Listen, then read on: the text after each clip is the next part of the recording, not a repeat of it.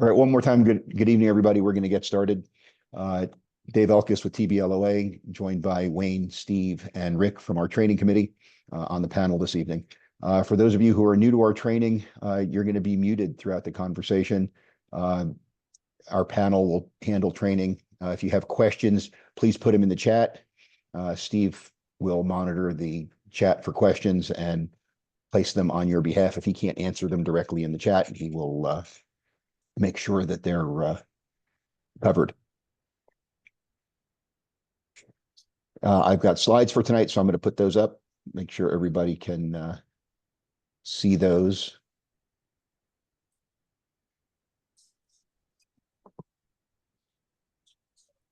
So everybody should see 2025 session 1. Is that correct?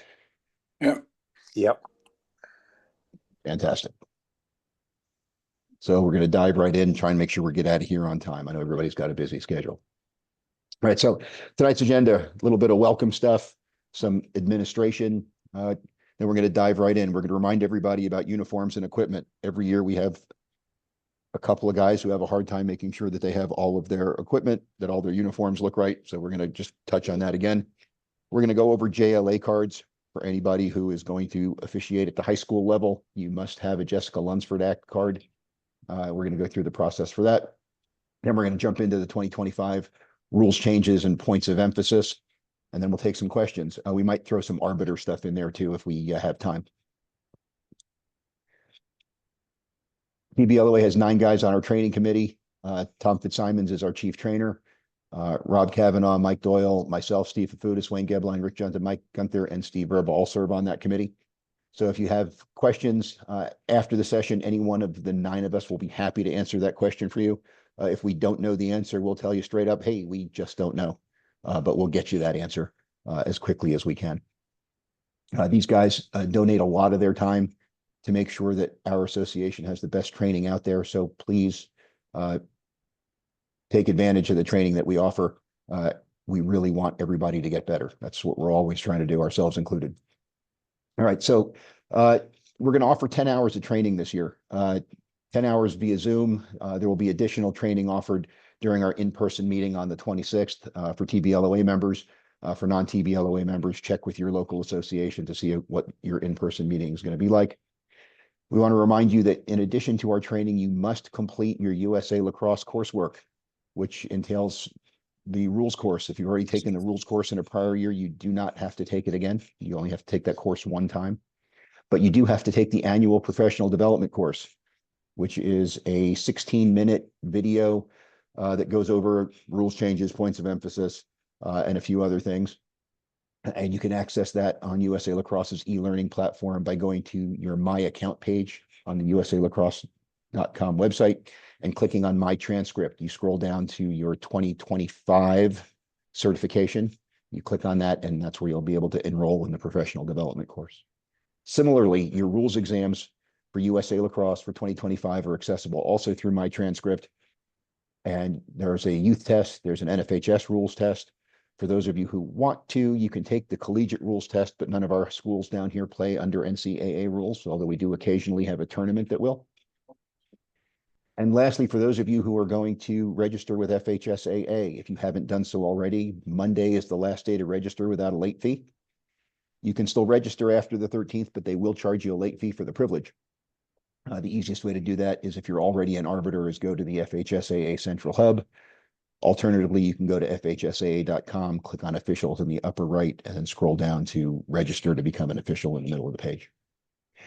This year, FHSAA is doing just like they did last year and using USA Lacrosse's testing platform for their test. You cannot take your FHSAA exam through Arbiter.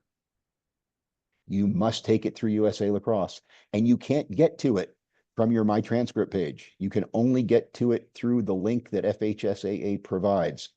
If you didn't get the email from Justin Harrison, I guess it was late last month, I will post the PDF on the TBLOA forms page in Arbiter. You can download the PDF. There's a link in there. If you are In your first 3 years of officiating, you should take the apprentice link. If you are in the fourth or more year of officiating, you should take the advanced link. While they call them apprentice and advanced, they are not the same as the USA Lacrosse apprentice and exam course tracks, for which USA Lacrosse will charge you extra money. Do not pay USA Lacrosse anything beyond your membership. It's a straight money grab. The courses for FHSAA do not cost a penny more than your FHSAA registration. So if you're on the USA Lacrosse page and they try to hit you up for money, you've clicked the wrong link. And lastly, FHSAA's exam, again, is being delivered through USA Lacrosse's testing platform. The test is, let me just say, nearly identical, in quotes, to the FHSAA exam. There are some subtle differences. The USA Lacrosse exam gives you multiple opportunities to get any one question correct. The FHSAA exam gives you one chance to get the question correct. So I strongly urge everybody to take the NFHS rules test through USA Lacrosse until you pass it. You can take it as many times there as you need to pass it. Once you feel comfortable with the test, then take the FHSAA exam. Otherwise, you may find that you end up like a couple of other folks who took the wrong test and didn't pass, and nobody needs that headache. We'll cover more about the FHSAA exam as we get into test prep towards the end of our sessions. TBLOA is available on social media. We post regularly on Facebook, on X, formerly known as Twitter, and YouTube. And our handle is @TBLaxRefs. So you can follow us on Facebook. You can follow us on Twitter. You can subscribe to our YouTube channel. These videos that we're recording right now will be posted to our YouTube channel at youtube.com/TBLaxRefs. Similarly, there is an additional TBLOA training group on Facebook where Tom and the rest of the committee post scenarios where you can quiz yourself and quiz each other. If you have a rules question, you can post it there. Similarly, there's a national group for such things. We urge you to join both. If you join the TBLOA training group, you're granted automatic membership into the National Men's Game Lacrosse Officials Group. If you ask, it recognizes that you're already a member of the TBLOA training group and lets you in. If you're not a member of that TBLOA training group and you try to join the other one, it asks you a bunch of questions and then waits for an admin to let you in. That's how we keep the spammers out. Lastly, TBLOA has a swag shop. You may notice that I'm wearing some of our swag available at swagshop.tbloa.org. If you're looking to pick up a hoodie, a jacket, beanie, polo shirt, there are some black jackets there that are available for use in season if you need a black jacket to wear when we've got some chilly games like we've got going on this weekend. I know several of us will be out and about, but please stay warm and pick up a TBLOA black jacket so you can officiate in a black jacket and rep the association at the same time. Speaking of such things, uniforms. Just a reminder that the official uniform is still 1-inch stripes. FHSAA has not switched. Our association has not switched. We are a 1-inch stripe organization. You're required to have a black hat with white piping. If you have a black hat without white piping, they'll be really happy to help you out over at the girls' side of things where they don't wear white piping hats, but over here we do. You need black shorts with belt loops and pockets, preferably. You need a black belt. Ankle socks, not no-show socks, but socks that actually cover your ankle bone. All black shoes, not mostly black for those football guys who have black and white shoes, but you need to have all black shoes for lacrosse, please. If it's chilly and everybody in the crew wants to wear a jacket, you need a black jacket. If you guys want to go with gloves, black gloves. You can find a lot of this equipment and uniform stuff all over the place. There are 5 vendors who were approved for FHSAA jerseys, and that's Smitty Apparel, One Stop Sports Shop, Jerry Davis, Hudson 51, and Purchase Officials. You can find links to their sites on the FHSAA Central Hub. If you're looking for non-FHSAA gear, you can get some of that at other places like Epic Sports or Attire. or Honig's. They all sell gear. We endorse none of them in particular, but they all sell gear. And if you time the sales just right, you can get pretty good deals at any one of those places. From an equipment perspective, when you go out on the field, you need to have 2 whistles. I once went out with only 1 whistle and lost it. Had to run out to the parking lot in the middle of a game to go get a second whistle. So always carry a second whistle. 2 flags, scorecard, pencil, coin, tape measure, and a 20-second timer. Had a lot of guys who showed up to games without a 20-second timer. You can't have that. You have to be properly equipped to do the job. 20-second timers are not inexpensive. I'm sorry, they just aren't. But you have to have one. If you do multiple sports, I know that there are timers out there that are programmable, so you can use them for both football and lacrosse if you do multiple sports. Otherwise, you can find ones just for lacrosse that only do 20 seconds, some that do 20 and 100 seconds. You can time a 2-minute timeout, but must have a timer. If you're having a hard time finding timers, let me know. I can point you in the right direction. Any comments on uniforms or equipment, Steve, Wayne, Rick? No, all these guys are returning refs, so they should be familiar with everything. Definitely have 2 whistles. You never know when one breaks or you drop one and it gets stepped on. Have an extra timer. I always have 2 timers, and have extra batteries and a screwdriver to open up the timer. So make sure you have all that stuff. Screwdriver's a good call. I always drive around with extra batteries, and the last time my battery died, I pulled out the spare battery only to realize that my screwdriver was still at the car. Not helpful. Yeah.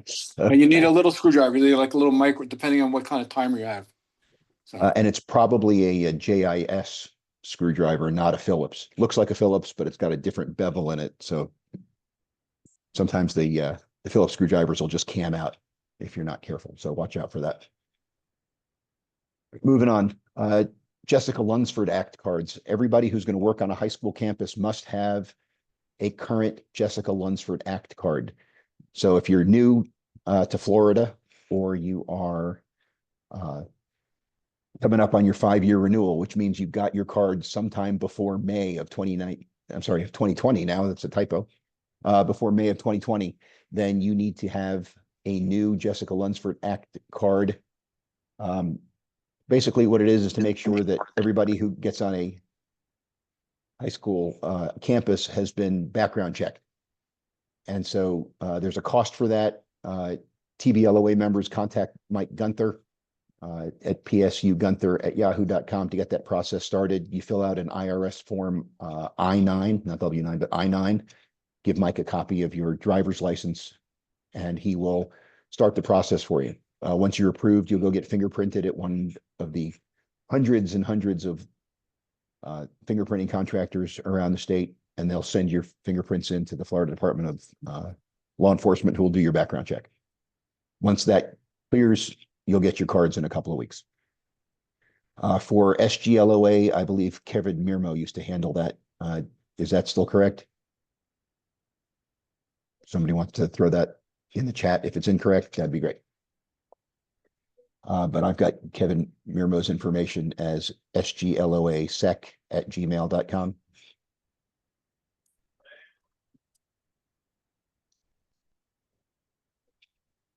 After you get your card, take a picture of it and put it on your phone.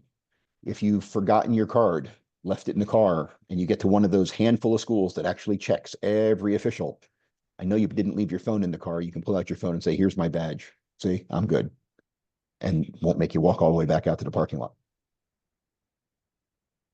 Anything else on JLA cards, guys?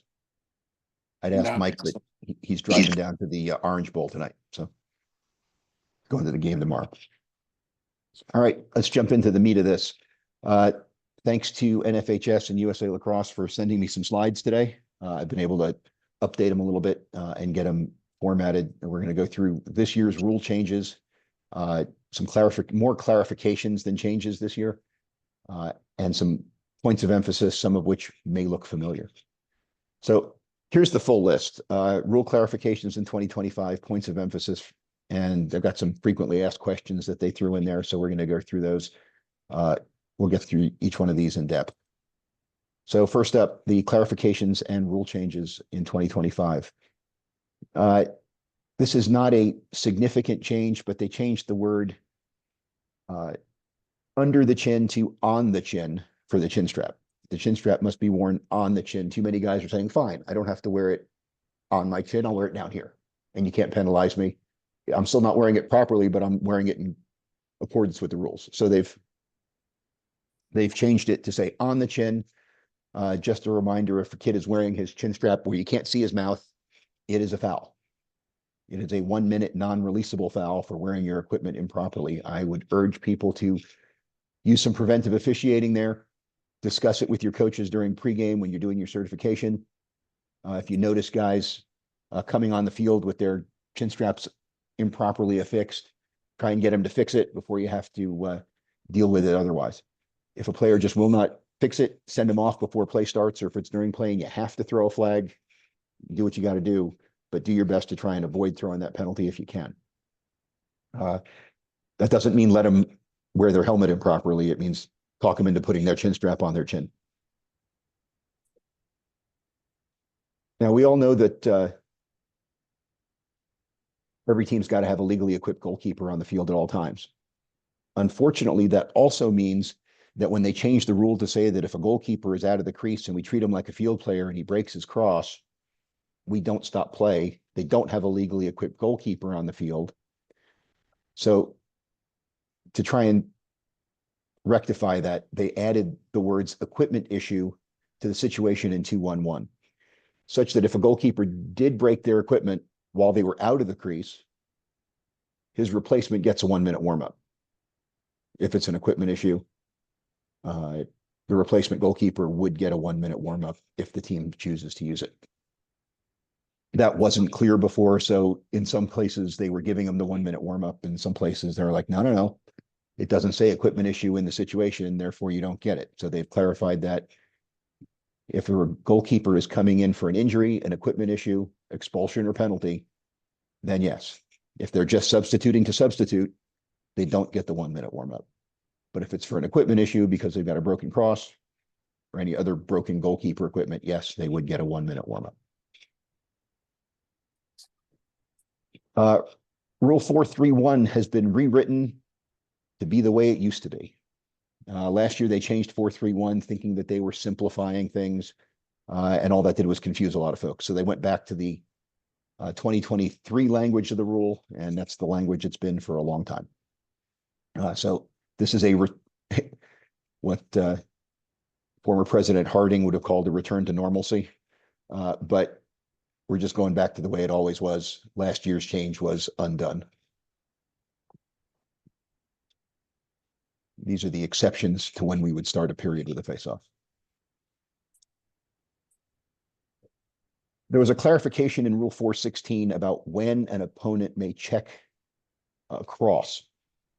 The rule used to say something to the effect of, you can check your opponent's cross with your cross. That was legal. But now they're making it very clear that stick checking is only permitted, checking of an opponent's cross is only permitted when that opponent has the ball, is within 5 yards of a loose ball or within 5 yards of a ball in flight, which makes it very clear that when someone's standing on the crease and defenseman just whacks the attackman in the stick, it is an interference penalty.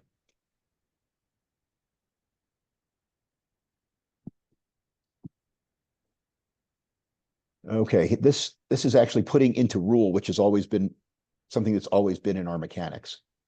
Restarts within the confines of the table area or within 5 yards of the substitution area will be moved 5 yards onto the field of play. Now, we have always done this. Anytime we had a restart that started at the table area, we would always move them in 5 yards. It was a mechanic, but it was never codified in rule. So they've added it to Rule 422 as Article 4, that it is actually a rule that we restart 5 yards away from the substitution area. So do not start within 5 yards of the substitution area on any restart. Must be moved 5 yards in. So if you're at the sidelines, 5 yards on either side of the cone, we're going to move in 5 yards. If you're behind that wing line, just move in 5 yards before the restart. That also makes it a slow restart. It is not a quick restart. It is a settled restart. So everybody should be stationary. There should be no reason for a guy to be moving a whistle and holding a stick up. Go, go, go, go, go. There's no go, go, go on a restart at the substitution area. Can I just jump in there for a second? Absolutely. Dave just said the kid's going to want to go. He's going to pick up the ball by the bench. He's going to show you the stick. He's going to go, I'm ready, I'm ready, I'm ready. And the coach is going, where's my whistle? Where's my whistle? You got to slow it down because bad stuff's going to happen there. Because if you start it quick, someone's going to jump out of the box, check the stick, take the ball away from him. The coach is going to rip you a new one. And so you got to avoid that. So take your time, be deliberate, get him off the sideline, bring him in 5 yards, get things settled down. Because everybody's yelling and screaming and want to get going. You got to slow it up. And we're not ready. The crew's got to be ready. The ball's got to be where it's supposed to be. We have to control that part of the game. Otherwise, we get in trouble, and it's at our own doing. So just take your time there. And this makes sense because you think about someone on a fast restart being within 5 yards, which used to be a delay game. Now it's illegal procedure. If we restart it 2 or 3 yards from the box and someone comes out of the box and jumps them, well, one coach is going to be screaming for illegal procedure because he wasn't more than 5 yards on the restart. So this helps us all out. Cool. Thank you, guys. Rule 424.7 has a line added to it. This is when we have to stop play because somebody loses equipment. If a player from either team loses mandatory equipment in a scrimmage area, it is an immediate kill. 100% of the time. Any player loses mandatory equipment in a scrimmage area, it is an immediate kill. They are clarifying within the rule that if the player who lost equipment is the one whose team had possession or was entitled to possession, that they're going to keep it. Right? Offensive player loses, runs out of his shoe. It's an immediate kill, but he gets the ball back. His team gets the ball back. If it's a helmet that comes off, well, now that kid's got to go off the field, but his team is going to keep the ball. But for all other pieces of equipment, he can be given the opportunity to put his equipment back on, and we can restart safely. If the ball was in the goal area and the offense is keeping it, we're moving it outside the goal area, just like we always would. If the ball is loose outside the crease, we're going to have to go AP. If the ball is loose in the crease, we award it to the defense. That's not a change. But the change is clarifying that a team whose player loses equipment but has the ball still keeps the ball. So, Dave, I have a question. So a defensive player checks the offensive player's stick breaks. So he has a choice. We're going to kill it right then, or we're going to allow him to run off the field or leave it? Or we're going to kill the play immediately? That depends. Did the ball come loose or is the ball in the guy's stick? The guy's still having his stick. So he's got it in half of his stick. No, the defensive player, he breaks his stick. The defender breaks his stick. Okay. Right. Mandatory equipment is safety equipment, not a stick. Okay, so he has a choice. He can drop the stick or he can run off with the stick. Correct. Either We're way. not going to kill the play. Okay. That's right. We're not killing it for a broken stick. We're talking about mandatory equipment is the safety equipment. So everything except the stick. Okay. Everything except the stick. And to your point, if a defensive player breaks his cross, he does have two choices. He can drop it and run off the field, or he can carry it off the field. This isn't hockey where you have to drop it. In fact, our preference would be that he carries it off the field because it poses no safety hazard if he's running off the field with it. Whereas if he leaves one of those carbon fiber shaft sticks laying around, it's dangerous. Yeah. Very, very, very hazardous. And you may have to kill the play for safety at that point. Right. That was my next question. If it's in the field, the player in the crease area, or trip over it, we're going to kill it for safety reasons. We don't want somebody tripping on it either. But he's not playing without it. He's left it there. But let's make sure that we're only killing it if we need to in that scenario, because we don't want to take an advantage away from an offense that is now man up for all intents and purposes, right? Okay, Rule 542, which concerns contact to the head and neck. Last year, they added the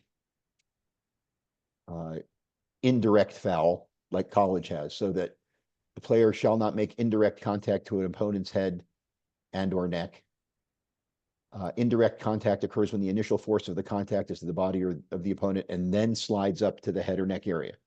They added this last year, but left some similar language in Rule 5.5, which they've taken out.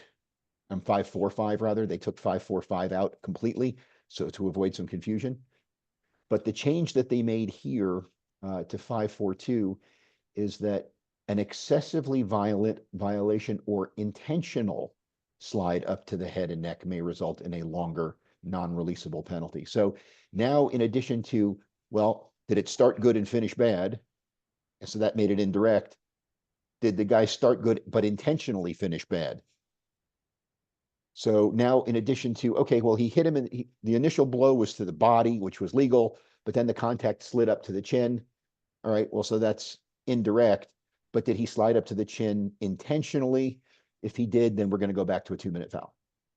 So this changes the discretion somewhat, the discretion categories somewhat, and now if you in your judgment determine that yes, the initial contact was to the body, but he intentionally went to the head thereafter, you can still go 2 minutes, even though the contact was indirect.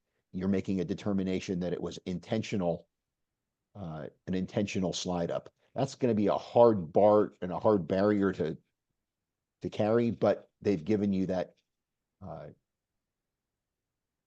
option if you think it was deliberate.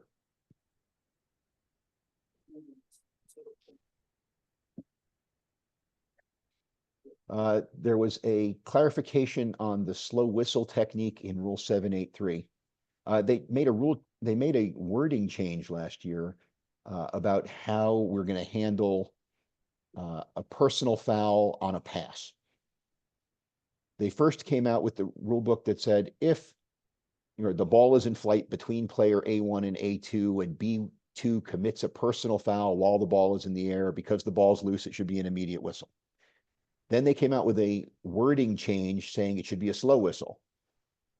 So now they're actually codifying it and saying we should use a slow whistle on a personal foul committed against the team last in possession during a shot or pass.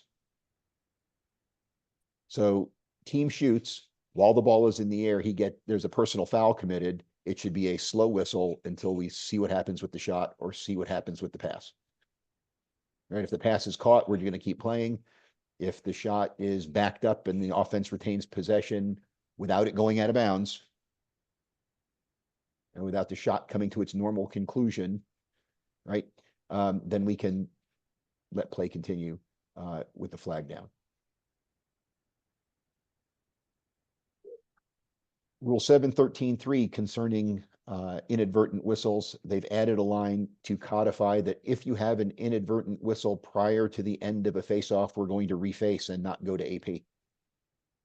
This is consistent with the rule changes they made in 2024, where they're trying to avoid the use of alternate possession, especially on face-offs. If we have something that occurs before the end of the face-off, before possession has been determined, that in and of itself doesn't determine possession, we're going to reface. Similar with the inadvertent whistle, where it wasn't exactly clear, they've codified it in rule. If the inadvertent whistle occurs prior to the ending of a face-off, we're going to reface. And those are our rule changes for 2025. I didn't see any questions about those in the chat. Did I miss one? We check. Hold on. There's one question.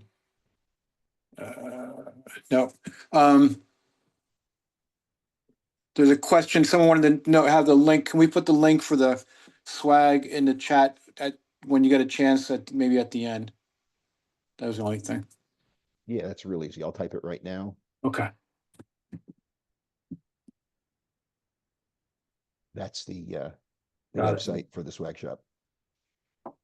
All right, cool. Let's move on to points of emphasis. I think you guys are going to find most of these points of emphasis somewhat familiar. Hey, first up, eye shade. Yep, it's back. Eye shade, once again, is a point of emphasis from the NFHS. Again, one solid stroke, no words, numbers, logos, symbols, no face paint, no Ultimate Warrior looking stuff all over the face for those of us old enough to remember Ultimate Warrior, may he rest in peace. They changed this a year or so ago. Violation of the eye shade rule is a 1 minute non-releasable personal foul for illegal equipment. So again, preventive officiating, try and catch these in pregame warmups. Talk to your coaches about it during certification. This is not a foul you want to have to call, but if you can prevent the guy from coming on the field, hey, you can't come on the field with that. Give me somebody else, coach. Great. But once he comes on the field and we catch it later, we got to call it. It is a dumb way to pick up a minute. And that's what I tell guys. It's a dumb way to pick up a minute. What I get from players all the time is why? Why is this a rule? A, they're watching on Saturday and they see the guys in college painting their face any way they want to. But there are really three reasons that NFHS does not allow eye shade beyond a single stroke. And the first is that's their rule in all sports. Football is the same way. Any outdoor sport where eye shade is permitted, it is only a single stroke. That is an NFHS across the board rule. Second, some of the guys who paint their face with eye shade sort of look like blackface, and I think we can all agree that blackface is no longer okay.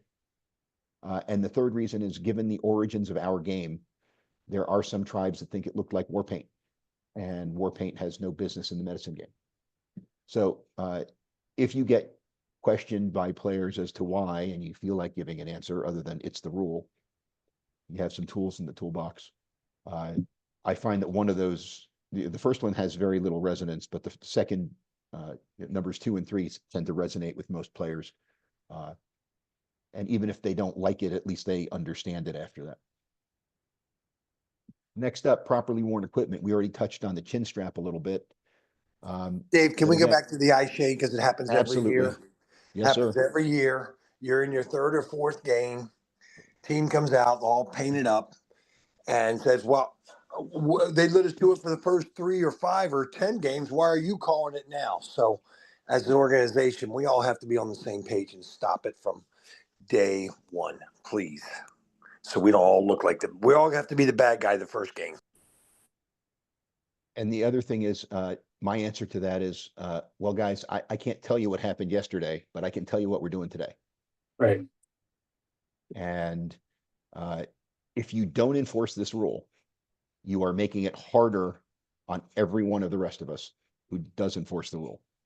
So get with the program. It's not our rule. Some of us absolutely hate this rule, but it's the rule and we have to enforce it the way it is. You know, It's also a form, can also be construed as a form of taunting as well, intimidation. So take it out of the game. You don't need that. Let's all be consistent. We don't all love the rules, but what other rules are we going to pick and choose not to enforce? Properly worn equipment. We talked about the chin strap. Use of non-conforming equipment is prohibited, and the penalty is a 1 minute non-releasable foul. So elbow pads have to be on elbows. They're not bicep pads, they're elbow pads. Chin straps have to be on chins. If you can take your helmet off without removing the chin strap, it's probably not on tightly enough. If you see the chin strap is bulging down like this, coming off the snaps and bulging down to the chin, it's not on properly. It's not going to stay on in a collision. So let's make sure that we're doing our part. You know, making sure that they wear their equipment properly is a way to make sure that they remain safe. Mouth guards must be worn, period. I know we have plenty of officials that hate being the mouth guard police. That's all well and good till somebody loses a chiclet. Similarly, we've seen a lot of guys putting one mouth guard in their mouth and having a second one dangle because they see them do it on Saturdays in college football. It looks cool to have a dangling mouthpiece. And as soon as you stop play and call them for a mouthpiece violation, they're like, but I've got one. And they take another one out of their mouth. One mouth guard, and it must be in their mouth. Simple. College has allowed a clear mouth guard this year. High school has not. So the language on clear and white is still cannot be clear, cannot be white. An Invisalign is not a mouth guard. Someone says, but I'm wearing a retainer, not a mouth guard. If you're wearing a retainer, you probably really want a mouth guard because somebody spent a lot of money on your orthodontia. Let's make sure we are enforcing the equipment rules uniformly. This year, they came up with a definition of what is the scrimmage area. So clarifying that the scrimmage area is the area that's 5 yards in all direction of the ball or part of active play. So if there is a scrum on a loose ball that's 4 yards wide, well, now the scrimmage area is 14 yards across. 5 yards for the scrum and 4 yards for the scrum and 5 yards on either side. That's the scrimmage area. So is somebody hurt in that space? Stop play. Somebody lose equipment in that space? Stop play. We talked about the wing area and restarts at the table area, but last year we changed the field diagram to conform with the college field diagram. Down here, we've been using this fairly consistently, even when the field isn't marked properly. I know our guys have been putting up a cone where the cone is on the drawing here. Oops, sorry, didn't mean to do that, guys. Let me back that up.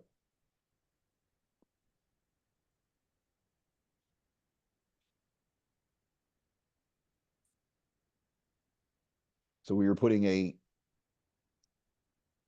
cone here and a cone here, and then a cone back at this corner and back at this corner to delineate the team area. If we don't have a properly lined field, that's how we need to do. We need to mark the team area, which is where the team area has always been, at the end of the wing line, 6 yards off the sideline. Now, most fields, we don't get 6 yards off the sidelines to stick the team area and still have room for them to not be on the track. So crew chiefs are going to have to make a determination as to where, how far back the coach's area is going to go and where that team area is going to start. But it's got to be at least 5 yards off the cone, off the substitution area at the end of the wing line. Is where the team area starts. Please remember that Rule 662 specifies very clearly that the coach's area is restricted to coaches only during play. Players may not be in the coach's area. That means they don't get to hang out in this 5 yard area here outside the substitution box, waiting and hanging out. Okay, I'm not in the box, sir. I'm in the, you can't be in the coach's area. That's all got to be clear. When you take your USA Lacrosse Professional Development course, which is the same as the FHSAA Professional Development course, and this year they'll only make you take it once, not twice like last year. Jim Carbonneau is very clear he wants players to come out of the team area through the timer area into the substitution box. Like that. Not like this. They need to stay out of the coach's area. Rule 662 says it's a conduct foul if you've got players hanging out in the coach's area. Again, preventive officiating says clear the space. Every team has a substitution coach who's going to be running the substitution area. Get with him during pregame and remind him that this area is for coaches, not for players, and that the players may not be caught standing in it. Remind them that it's a conduct foul. Give them a warning during play. And if you have to take the ball away because they just don't listen, take the ball away once. If they lose the ball once, they're probably going to play right the rest of the game. Folks at the table here in the timer area need to be able to see. And if players are hugging the substitution area, they can't. So let's make sure we are helping the folks who are trying to help us at the table. Right? And that's how we need to do that. The other thing that it mentions here is a reminder that the exiting player coming off the field has the right of way. The guy standing in the box does not yield, and there's contact that disadvantages the player exiting the field. That's a foul on the guy who didn't yield the right of way. The exiting player has the right of way. Any comments on that, guys? Yeah, the trail's got to pay attention to the substitution box. That's his responsibility. The guy exiting has the right of way, but he also can't go out of his way to impede an oncoming player also. So it's a two-way street, but I always say let him exit.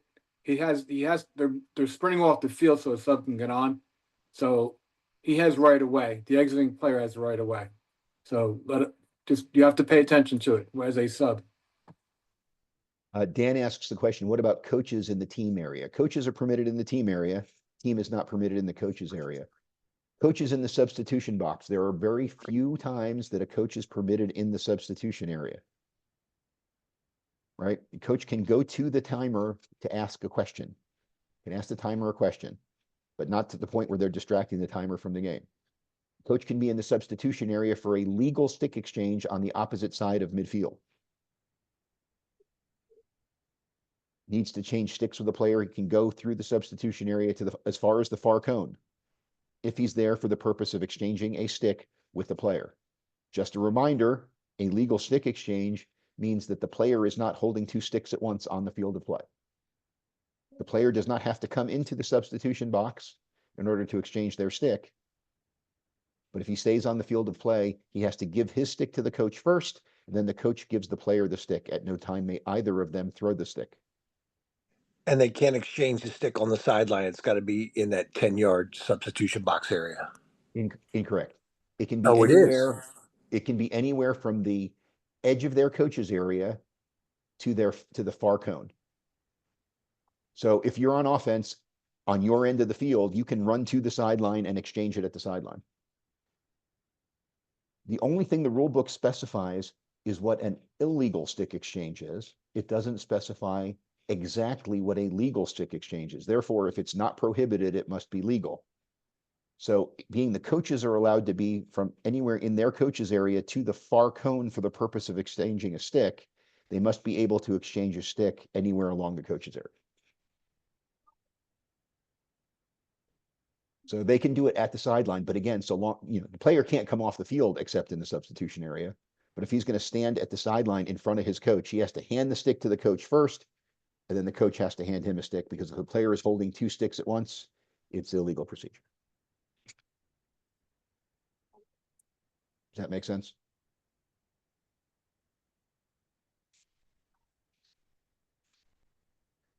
All right, moving on. We talked about the unintentional contact to the head and neck earlier when we talked about that ad. So if we have a starts good, finishes bad, we don't think he meant to get him in the head, it's a 1 minute indirect. If you think, yep, he totally meant to get him in the head, he just missed low and finished high, and you really feel like you want to give him a 2 minute foul, you have that right. But as we always preach, if you're going to give a 2 minute foul, talk to another member of your crew before you issue a 2 minute foul. Make sure that you both agree, or three of you agree. I usually say in a 3-man crew, 2 of you get together and the third person keep your eyes on the inmates. But get some agreement that it should be a 2 or 3 minute foul before you escalate. All right, we had some questions that NFHS wanted to address. So did anything change with face-off mechanics for this year? No, they're exactly the same. The wording in 431 goes back to the exceptions for when we don't have a face-off, and that's the old wording that was 2023 and before that had been the same for, I don't know, a generation. There was another question. If a player jumps in the air, shoots, and is illegally checked into the crease, it's always no goal because he jumped. Doesn't matter how if he leaves the ground of his own volition, doesn't matter how he gets into the crease. If he ends up in the crease, it's no goal. You can look that up at 419.1 situation B. Diving is always prohibited. We have a lot of folks up north who play some leagues with college rules and some high school rules, so they get a little confused. We don't usually have that problem down here. Third question, when do we adjudicate a foul for a helmet coming off? We talked about this before. Somebody loses a piece of equipment in our scrimmage area, we're always going to kill it. Anybody loses a helmet, it's an immediate kill. It is not a foul in high school if a player's helmet comes off as the result of play. If somebody takes their helmet off to stop a fast break, for example. Somebody just got, I got beat on a clear, and now the guy's one-on-one with my goalie, and I know that if I take off my helmet, referee's got to stop the play. That is a multi-minute unsportsmanlike foul. I'd recommend a 3. No different than the goalkeeper pulling the goal over his head to stop the guy from shooting. It is a patently unfair act, and it deserves a 3-minute unsportsmanlike conduct foul. In college, it's a foul if your helmet comes off. It is not a foul in high school if your helmet comes off, but you must leave the field, and you cannot be saved with a timeout. So you have to wait until the next dead ball before you can substitute back in. So if there's no whistles for the next 4 minutes, he's out for the next 4 minutes. If the team in possession really wants to burn a timeout to get him back in, as soon as the ball play is restarted, they could call timeout if they have possession and then bring their guy back in, because that would be a dead ball after a live ball. And the last one on this page, a reminder that warding off in high school is different than it is in college. You can be called for warding with 2 hands on your stick in high school. The difference being, if you have both hands on your cross and you displace your opponent's stick, that's legal. If you displace your opponent's body, it is a ward, even if you have 2 hands on your stick. Any David, comments? question came up. Can you dive and land outside the crease in the goal count? Absolutely. Yeah. The dive, when we talk about diving, we're talking about diving and finishing in the crease. If you never touch the crease, it's never an issue. You can jump, dive. The issue is once you've left your feet, somebody can put you in the crease, legally or otherwise, and then the goal would not count. Right. Even if your direction was good, it doesn't matter how you end up with it in the crease. If you left your feet and you're in the crease, there's no goal, but you can land outside the goal if you leave your feet, and still the goal would count. If you never touch the crease, it's never an issue. Correct. All right. Let's see. We've got some more questions. This is really where to find stuff. So if you want to look up stalling, it's in Rule 610. Just a reminder that even a team that is man down is obligated to attack the goal. So we see this a lot where a team gets a multi-minute foul, whether it's a stick penalty or a headshot. They obtain possession, they run it into the offensive end, and then they just run around for 2 minutes trying to kill the foul. They are obligated to go to the goal, even if they're man down, and can be called for stalling while they're man down. Goalkeeper interference has been one of those things that are improperly adjudicated around the country. So they wanted to remind everybody to go read 6.2 Article 1B. Hey, I'm all about people getting into the rule book. And 6.2.1b is how we adjudicate goalkeeper interference while the goalkeeper and the ball are both in the crease. Right? Whether the goalkeeper has possession or doesn't have possession, how that's handled is all covered in 6.2 Article 1B. Mark, what was your question about warding? Can a player drive into his opponent? If he displaces him with 2 hands on the stick, it is a ward at minimum. But if the defensive player squares up and the defensive player gets smacked into but doesn't get driven backwards, then a foul has not occurred.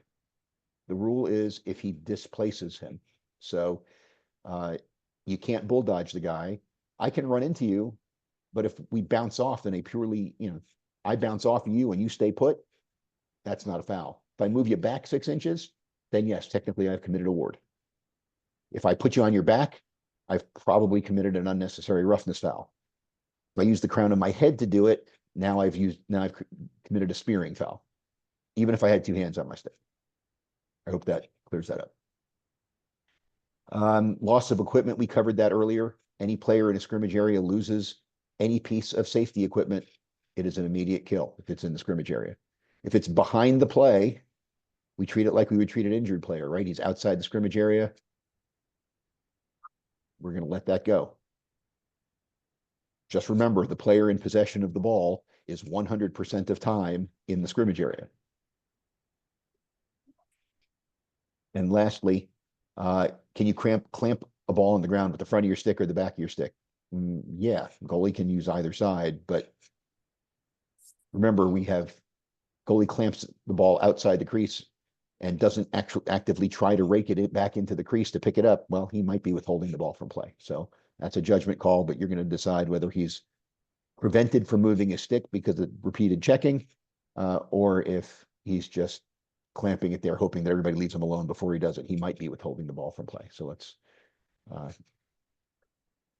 keep that in mind. There are some corrections that happened with the rule book. We talked about Rule 545 was eliminated because it conflicted with the newly written 542 that was rewritten last year. And so last year, those two pieces were in conflict. So they got rid of 545 to remove the conflict. Rule 211 this year had the warm-up period expanded to make sure that if goalie is being substituted for equipment reasons, that his replacement gets a 1-minute warm-up. And 453 situation A, where it is a flag down slow whistle if a personal foul is committed against the team who has possession, but the ball is in the air on a pass. So that's it's a slow with the current rule book had immediate whistle. That's slow whistle in 453 situation A. 413.3, there was an of versus an or, and in 419.5 situation B, this incorrectly said A1, but it was supposed to be B1, still in possession of the ball.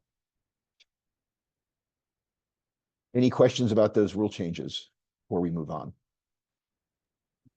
About stalling, Okay. how long someone wanted to know how long do we wait to put stalling on? It depends on the situation. In general, team clears a ball, and they usually sub immediately after they've cleared. Some teams like Tampa Jesuit, they are known for passing the ball around for 15, 20 seconds before they start to substitute. By the time they finish substituting, they've had the ball in the offensive end for 35, 40 seconds sometimes. And then you're like, well, now they've had the possession. Now they run some more offense. Now it's 60 seconds. And you're like, they've had the ball here for 60 seconds. That's a pretty long time without trying to go to the goal. But their coach, we just finished substituting 30 seconds ago. Yes, that's true. But you've had the ball on offense for 60 seconds and haven't gone to the goal. Generally, when I'm working with a crew, I try to keep track of possession time. And I usually call out to my crew 60 when I think the offense has had the ball for 60 seconds and not try to go to the goal.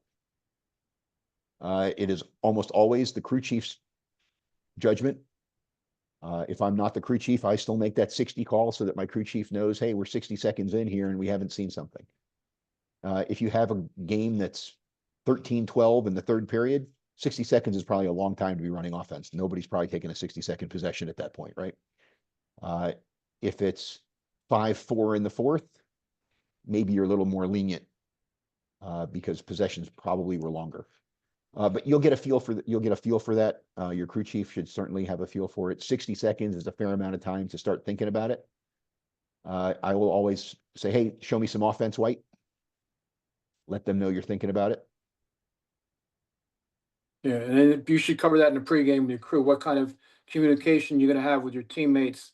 The 60 is a good one. You might also have some nonverbal signals that you want to share with your teammates, like touching the bill of your hat or folding your arms, whatever it is that you guys agree upon.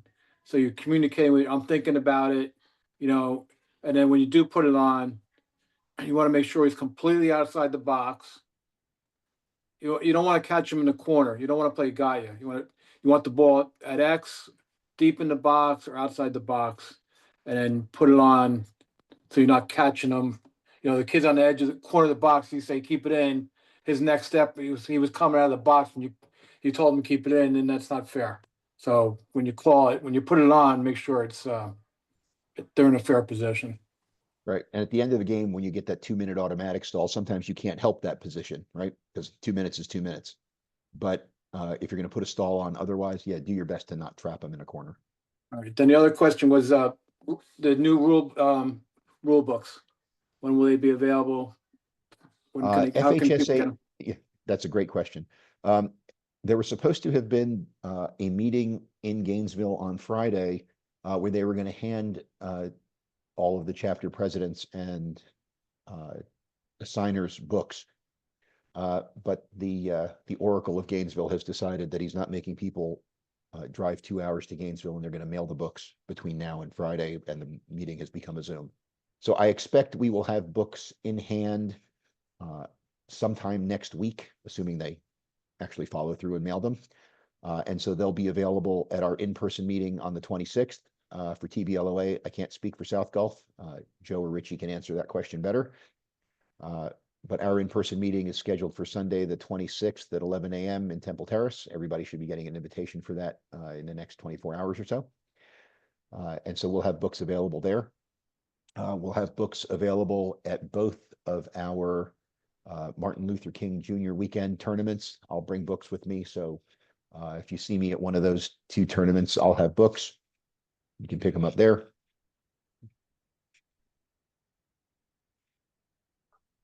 Other questions, Steve? I think that's it. Okay. Yeah.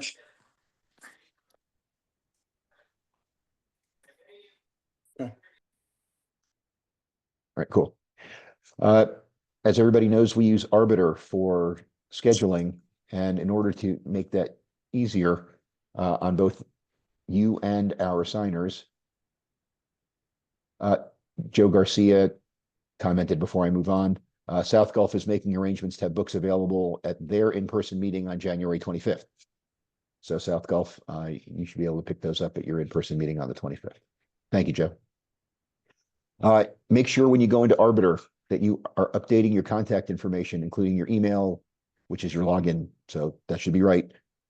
Your phone number and your photo, so that when you're working with partners who have never met you before, they know how to find you in the parking lot. Because most schools don't give us dressing facilities, even though they are contractually obligated to do so. You want to update your notification preferences on the Preferences tab. You want to make sure that sharing is enabled between every group that you officiate for in Arbiter, so that everybody can, so that each of your assigners knows when you're booked and you don't get double scheduled. And you also want to make sure you set your travel limits. And we're going to go through all of this right now. So when you first log into Arbiter and you select one of your associations on your dashboard or any association, you will see ready to be assigned for all of your associations on the left-hand side. This is a new change. So make sure if you're a TBLOA member, you check the box for TBLOA. If it's not checked, you will not get assignments. If you're not ready, you can't be assigned. So make sure that if you want an assignment from any of these particular associations of which you're a member, that box is checked. If you don't want to be assigned, don't check it. Pretty straightforward. Then go click on the profile photo in the upper right-hand corner and select profile. Once you do that, it'll pull up your account tab. This is a change from prior years. Scroll down to where your phone numbers are listed. If it's a cell phone, make sure it says cell or you won't get texts. Right click, or left click rather, on that triple, what do they call it, the hamburger menu, the more button over here, and make sure that you have made it public. Once you've made it public, it will say make private. So that's how you'll know. But after you change it, save. If it's not public, your partners will not be able to text you to confirm the games with you. You may not get texts from Arbiter if it's not public. So make sure that your phone number is public so your partners can get a hold of you. Then go up and make sure that your profile photo is reasonably current, that it looks something like what you look like and isn't a 25 or 30-year-old photo of you in college, like your Facebook profile. Next up, go to the settings tab in Arbiter. Wait, Dave, before you go there, Yes, on your sir. profile page, is there is that where it's listed for your emergency contact? Yep, right here, you add a second phone number Yeah. and the type is emergency. Yeah, put in emergency contact, just in case somebody needs to reach, God forbid you get hurt and we need to get a hold of somebody for you.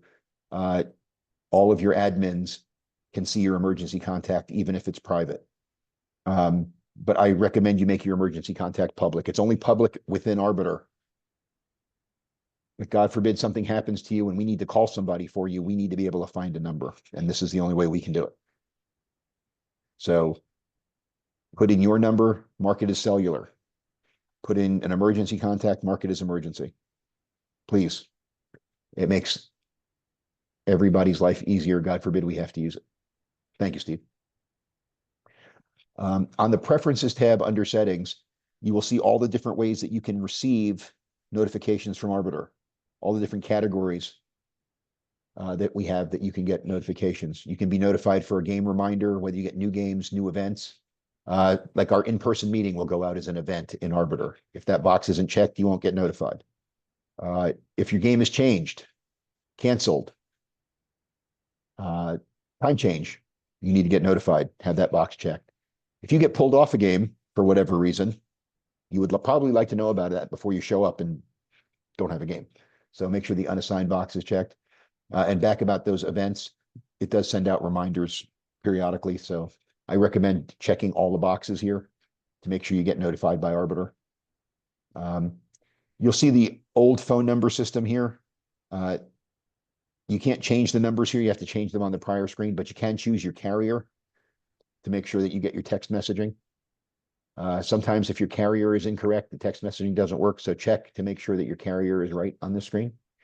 Next up, make sure your time zone is correct.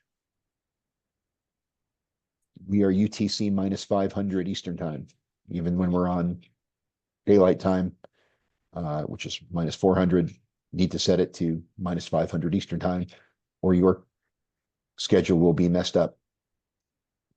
And if you are adventurous and you want your Arbiter data fed into your online or Outlook calendar, you can get sent an email with an internet calendar file that you can import into your online calendar, and it'll automatically sync back and forth.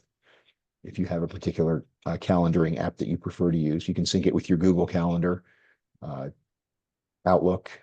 I believe you can even sync it with your Apple Calendar if you choose.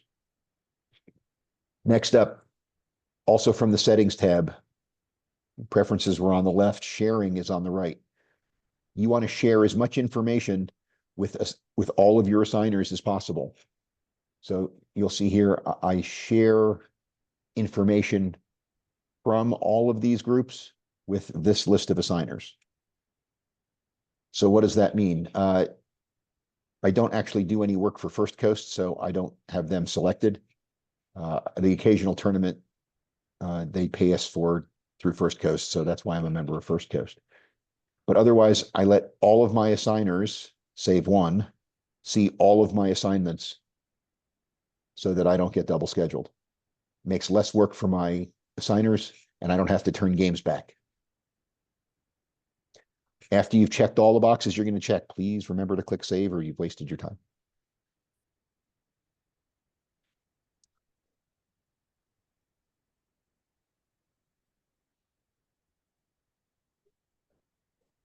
Cool. All right, moving on. You can also set travel limits. This is important. If you're not going to travel a long way, it will limit your ability to get assigned. But if you're adamant that you don't want to go very far, make sure you set a travel limit for each day of the week based on where you are that week, that day of the week. So if you only travel from home on Saturday and Sunday, put your home postal code, check Sunday, check Saturday, and how far you're willing to go from home on the weekends, click apply. If you're coming from work on Monday through Friday, check Monday through Friday, put in the zip code where you work and how far you're willing to go during the week, and click apply. And so you see here, I work from home, but I'm willing to travel during the week, but not nearly as far on weekends.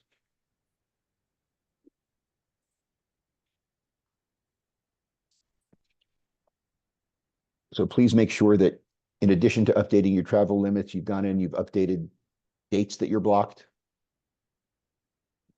Some guys have floating schedules, so they need to let everybody, let your assigners know. If you have a conflict because you have a kid at a particular school or you work for a particular school, please let your assigner know. I would encourage you to have a willingness to drive. The more flexible you are, the more games you'll get. For TBLOA, just a reminder that we do expect everybody to get out to Polk County a couple times a year. This year, we've picked up 5 new schools. Indian Rocks Christian, Clearwater Central Catholic, and Shorecrest Prep in Pinellas County. Evangeline Academy of Innovation, and Bishop McLaughlin in Pasco County. So our geography continues to expand. We have to have guys who are a little bit more willing to drive, or at least willing to drive a little further, because we're going to have more games in a wider geography than ever. Indian Rocks Christian stretches us further west. Bishop McLaughlin further to the northwest. So please help out. We all understand that things come up though.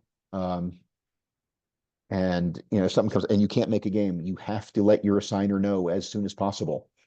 Call, email, text until you get a hold of the assigner. Don't just not show up. Voicemail's not good enough. You need to keep calling until you get somebody on the phone.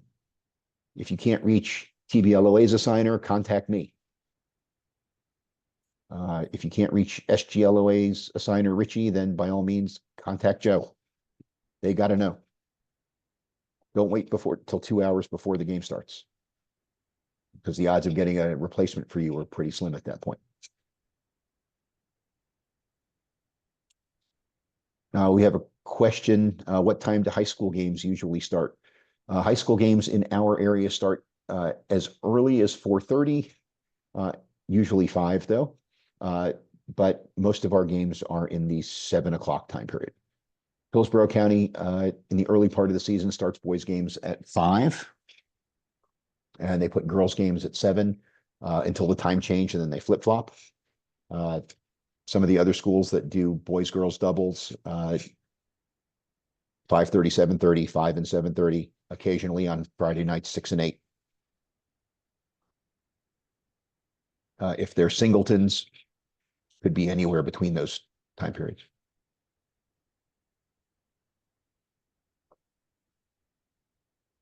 Anybody else have anything about Arbiter? Any other questions anybody wants to post in the chat?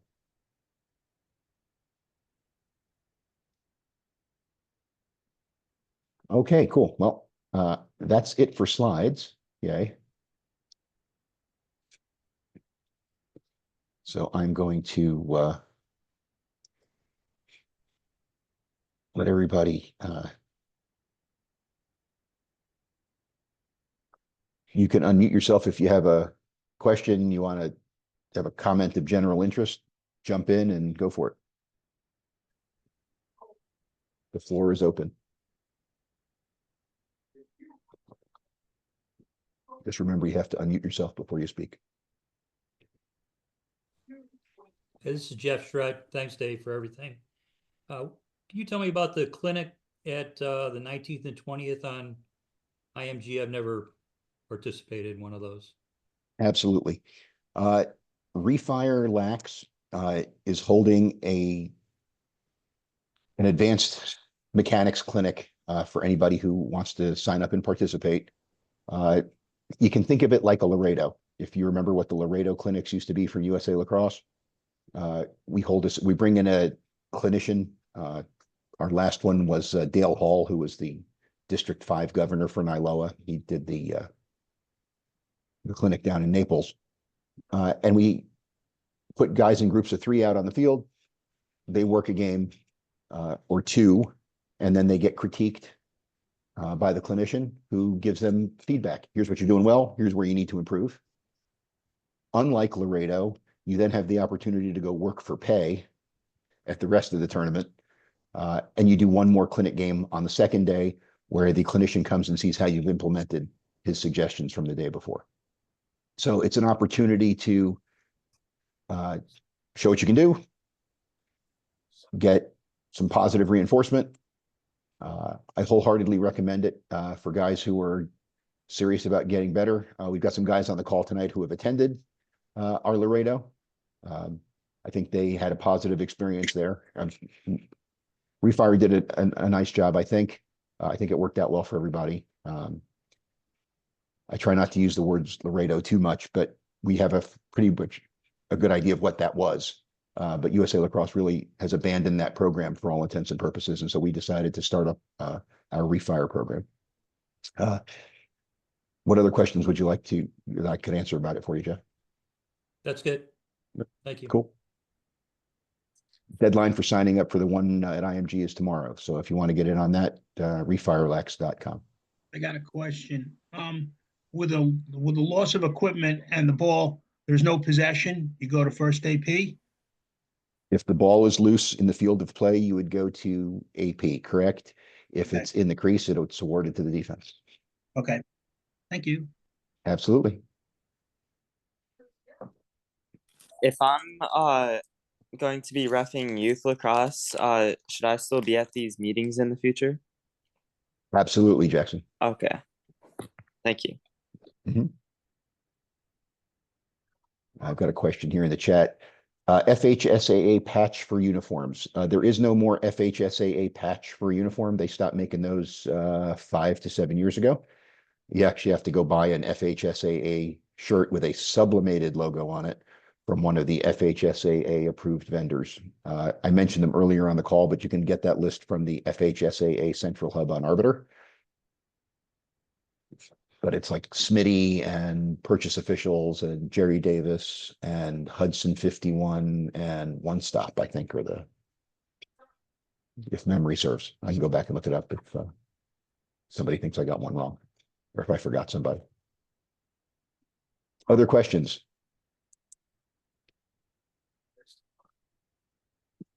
All right, I'm going to stop recording at this point.